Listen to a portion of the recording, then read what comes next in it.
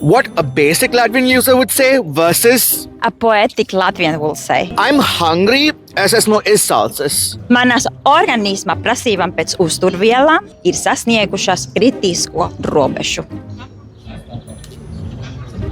I don't have any money. Man nav naudas. Mana finansiālā situācija šobrīd ir dramatiski nestabila.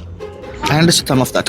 I'm tired. Es esmu noguris. Mans ķermenis un prāts kolektīvi atsākas funkcionēt. Kas tas ir? Ļoti noguris. I'm late. Es kavēju.